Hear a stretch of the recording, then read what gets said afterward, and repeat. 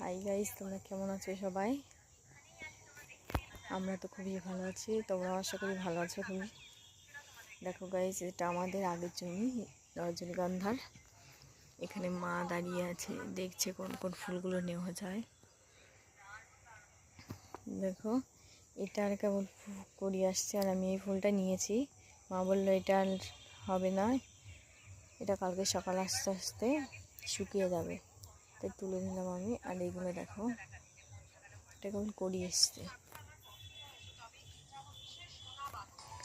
দেখো খুব সুন্দর। ওদিকে হয়নি, ওদিকে অল্প করে হয়েছে, আর এদিকেই খুব বেশি।